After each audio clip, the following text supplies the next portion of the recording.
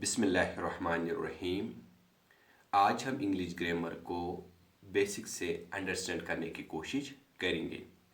तो जिसमें हम सबसे पहले बात करेंगे अल्फ़ाबेट की। अल्फ़ाबेट क्या होता है? अल्फ़ाबेट, इससे पहले जो स्टूडेंट्स में एक कन्फ्यूजन क्रिएट होता है, उस कन्फ्यूजन को हम क्लियर करने की कोशिश करेंगे। अल्फ़ाबेट और दूसरा वर्ड है अल्फ़ाबेट्स, ठीक है ना। अल्फ़ाबेट और अल्फ़ाबेट्स में क्या डिफरेंस है जिसमें स्टूडेंट्स को कन्फ्यूजन होता है, उस कन्फ्यूजन को दूर करने के लिए मैं आपको पहले ये बात समझाना चाहता हूँ। यहाँ पे वो ये है, शायद स्टूडेंट्स ये सोचते हैं ये जो अल्फ़ाबेट वर्ड है ये एक सिंगुलर वर्ड है और जो अल्फ़ाबेट्स है ये प्लूरल वर्ड है। ऐसी कोई बात नहीं है, ठीक है ना। तो याद रख लें, ये जो अल्फ़ाबेट है ये एक प्लूरल वर्ड है। कैसे प्लूरल वर्ड है अभी मैं आपको आगे समझाऊंगा ये बात। दूसरी बात, तो ये जो अल्फ़ाबेट्स है ये सिंगुलर है या प्लूरल है उसकी बात मैं नहीं कहूँगा। अब ये बात मैं कहूँगा, ये जो अल्फ़ाबेट्स, जब भी आप वर्ड अल्फ़ाबेट्स इस्तेमाल करते हो तो इसकी मीनिंग निकल आएगी लैंग्वेज, ठीक है। तो जब भी आप बात करते हो अल्फ़ाबेट्स की तो उसका माने क्या निकलता है? लैंग्वेज का। उस टाइम आप की मतलब क्या होता है? लैंग्वेज होता है, ठीक है।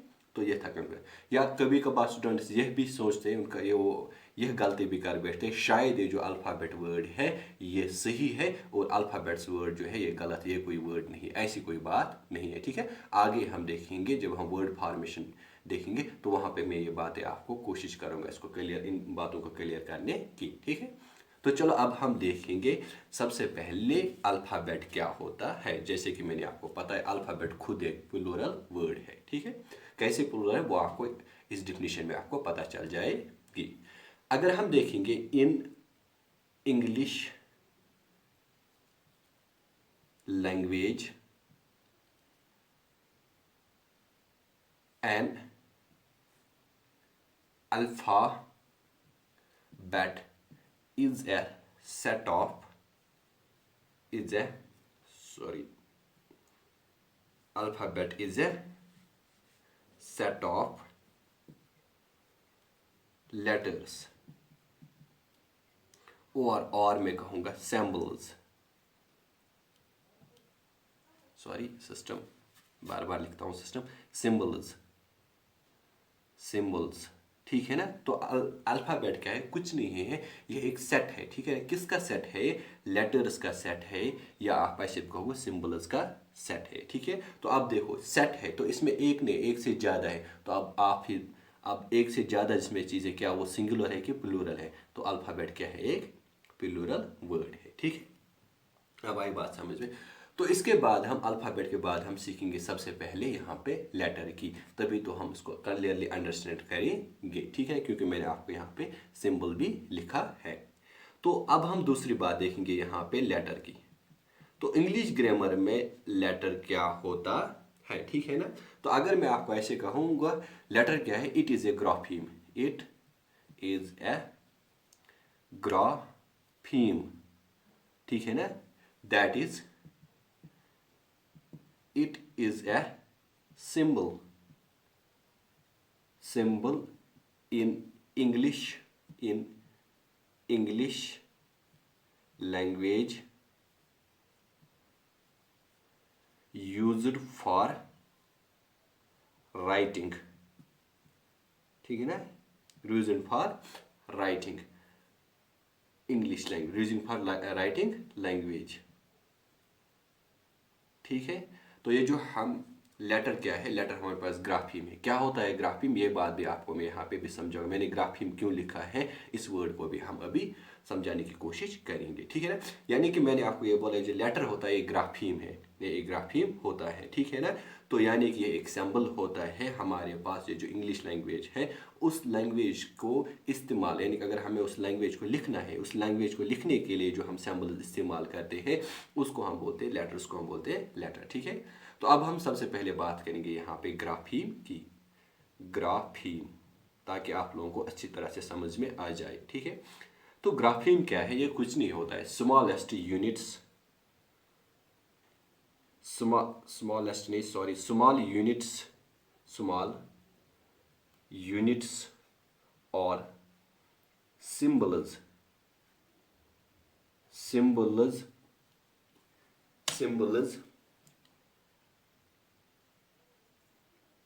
used for writing language।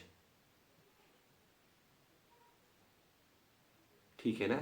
जब भी हम कोई लैंग्वेज जब भी हमें कोई लैंग्वेज लिखनी होती है तो उस लैंग्वेज को लिखने के लिए हमें कुछ यूनिट्स की हमें कुछ सिंबल्स की ज़रूरत पड़ती है। तो उन सिंबल्स को जब हम इस्तेमाल करते हैं उस लैंग्वेज को तो उनको हम बोलते हैं ग्राफीम। ठीक है ना। तो अगर आप यहाँ पे देखोगे ये जो लेटर है ये जो अल्फ़ाबेट है मैंने अगर आपको देखा है डायरेक्टली और इनडायरेक्टली ये भी बोला है ये क्या है ये सिंबल्स है। ठीक है ना।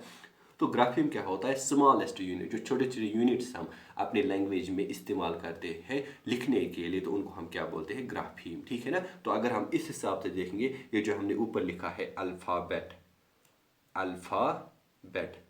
ठीक है ना जो सेट ऑफ लेटर्स हैं तो यानी कि जो लेटर्स है आप अल्फ़ाबेट कहो या लेटर्स कहो। ठीक है ना। ये सारे हमारे पास क्या है ये हमारे पास ग्राफीम्स है जो हम इस्तेमाल करते हैं लैंग्वेज को लिखने के लिए। या इसी तरह हमारे पास क्या है पंक्चुएशन मार्कर्स भी है ग्रामर में। पंक्चुएशन मार्कर्स जो है वो भी हम इस्तेमाल कर देते हैं वो भी क्या है वो भी ग्राफीम्स है। या आप ऐसे भी देखते हो फोनेटिक जो है हमारे पास फोनेटिक नोटेशंस जो है। ठीक है ना नोटेशंस है वो भी क्या है ग्राफीम्स है। इसके अलावा और बहुत सारे सिंबल्स हम इंग्लिश लैंग्वेज में इस्तेमाल कर देते हैं। ठीक है वो क्या सारी ग्राफीम्स है। तो मैंने यहाँ पे बात क्यों की यहाँ पे ग्राफीम वर्ड की मैंने बात क्योंकि यहाँ पे क्योंकि ये जो स्टूडेंट्स है ये कुछ वर्ड्स या ये कुछ चीज़ें वो क्या कर देते हैं उनको इग्नोर कर देते हैं। फिर वो जब हम एडवांस लेवल पे पहुंचते हैं तो वहाँ पे उस चीज़ को अंडरस्टैंड करने के लिए हमें प्रॉब्लम्स का सामना करना पड़ता है। ठीक है।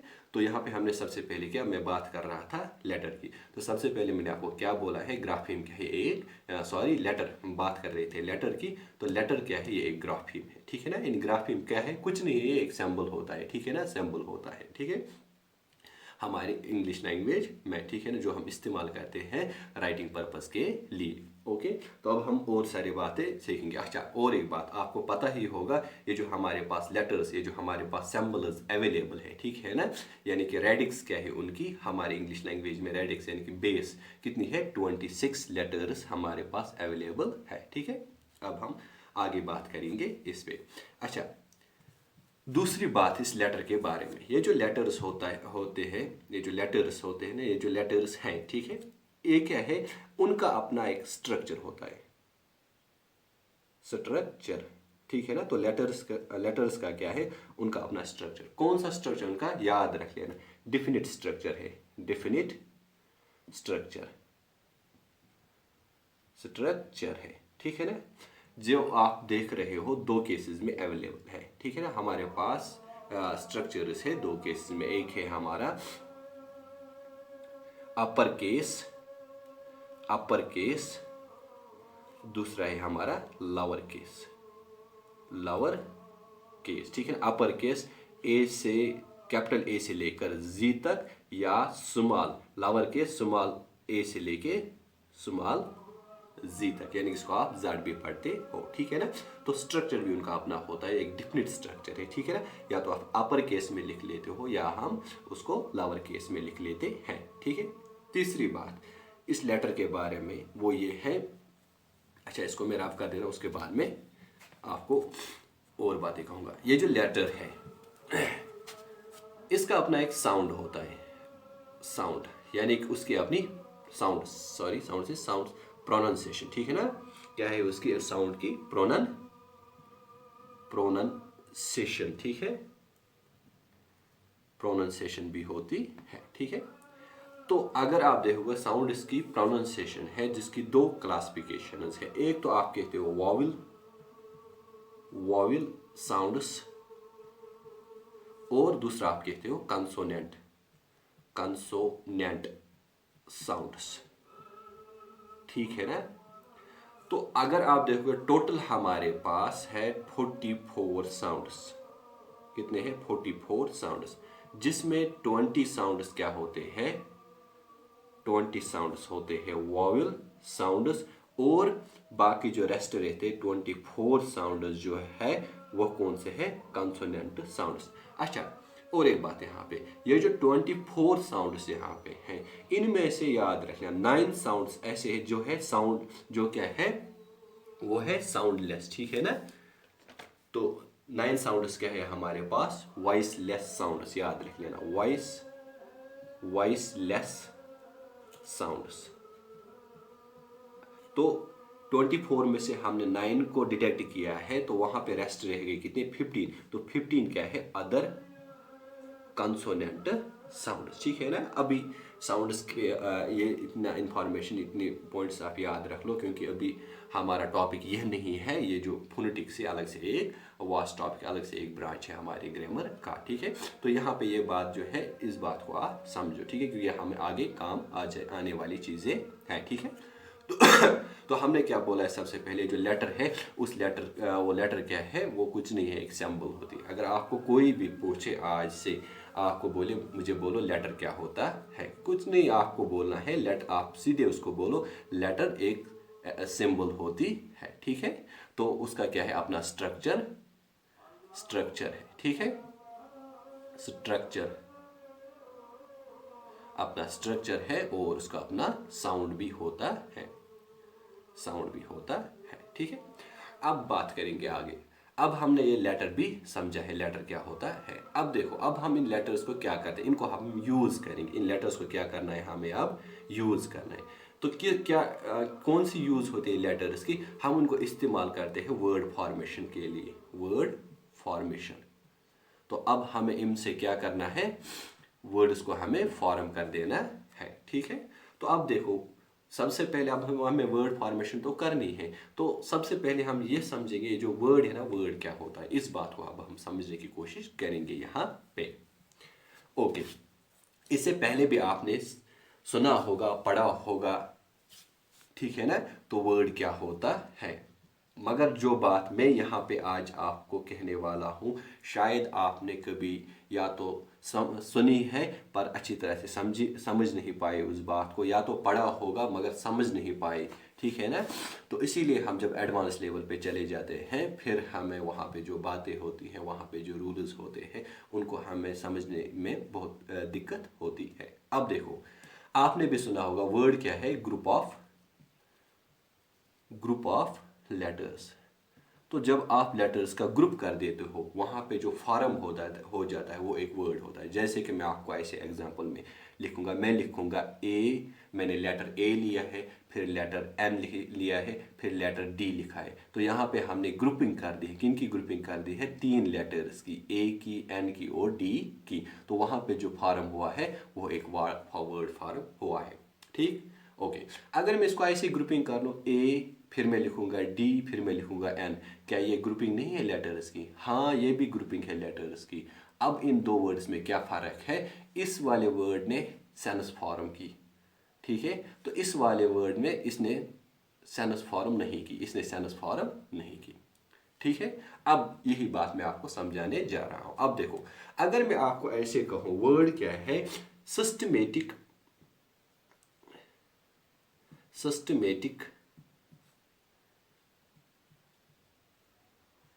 arrangement of letters, systematic arrangement of letters forms a meaningful word, forms a meaningful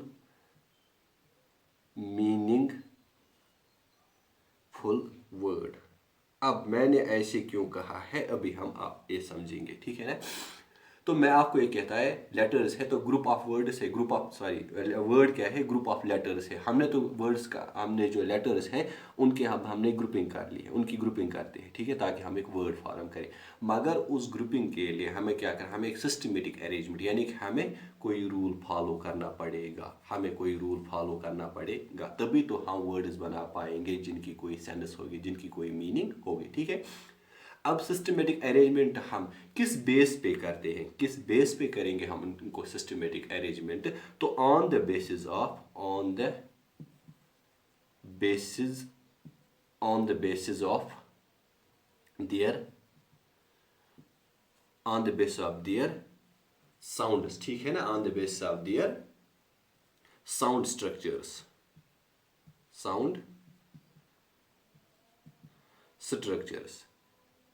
ठीक है ना। साउंड स्ट्रक्चर के बेस पे हम उनको क्या कर देते हैं, ग्रुपिंग कर देते हैं, ठीक है ना। तो जैसे कि आपने देखा है, on the basis of their sound structures of vowels, vowel and consonant sounds, vowel and consonant sounds, ठीक है ना, sounds that is to form syllable, ठीक है ना।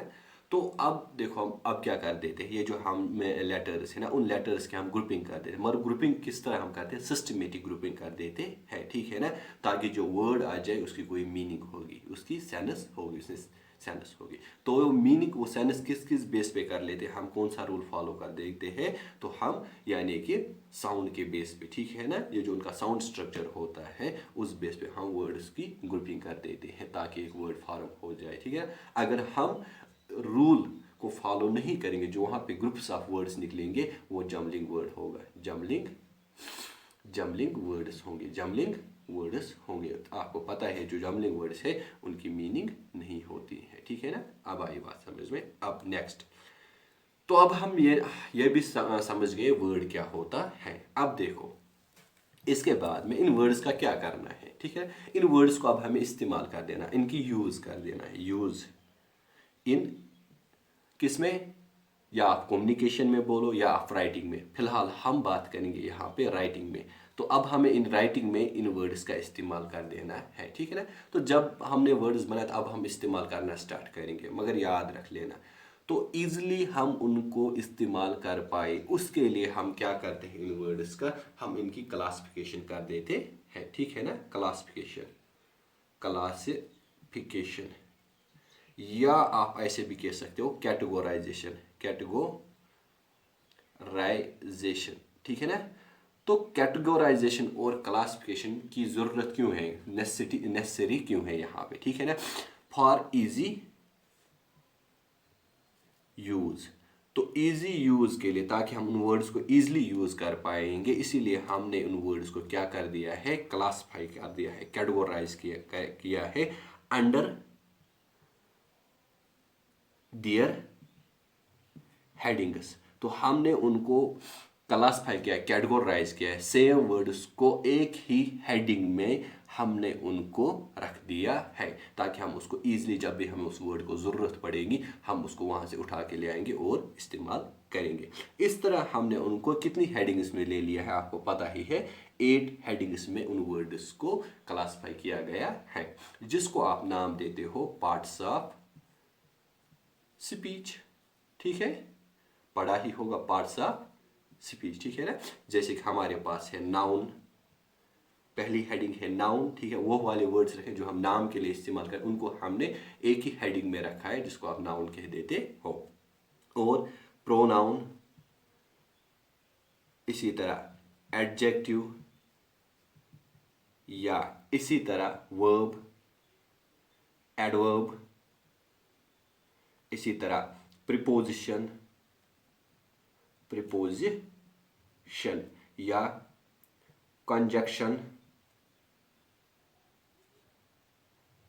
या इंटरजेक्शन,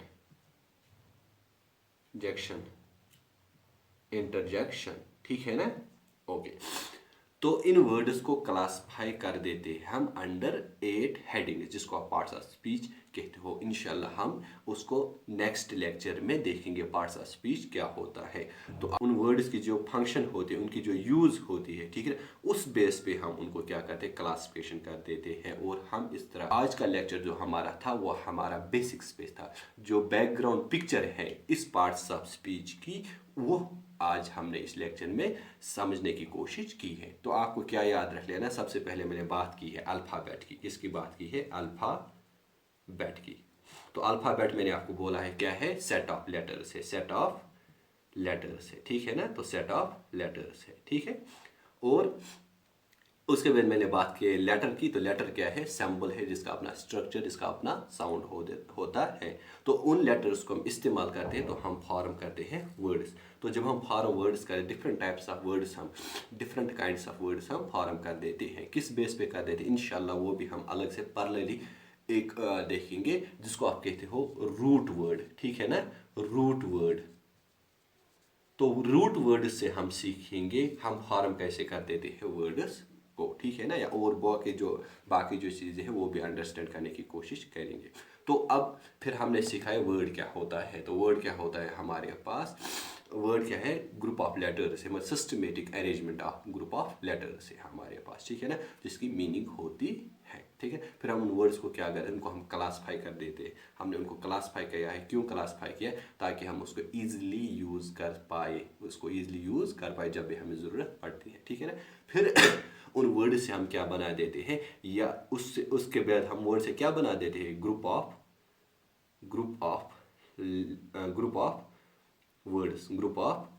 तो फिर जब हम वर्ड्स की ग्रुपिंग कर देते हैं तो हम या तो सेंटेंस फॉर्म कर देते हैं, आपको पता ही होगा सेंटेंस फॉर्म कर देते हैं, या हम क्लॉज, या हम फ्रेज, ठीक है ना, या हम इडम्स फॉर्म कर देते हैं, या फ्रेजल वर्ब्स, या बाकी जो पार्ट्स ऑफ स्पीच हमारे पास है वो फॉर्म कर देते हैं। इस तरह हम इस अपनी सीढ़ी को, जो हमारे पास ग्रामर की सीढ़ी, इसको अंडरस्टैंड करने की कोशिश करेंगे। तो इंशाल्लाह मिलेंगे अब हम नेक्स्ट लेक्चर में। आई होप कि आप लोगों को ये जो बैकग्राउंड पिक्चर है हमारी ग्रामर की, आप लोगों को ये समझ में आ गई होगी। अस्सलामु अलैकुम।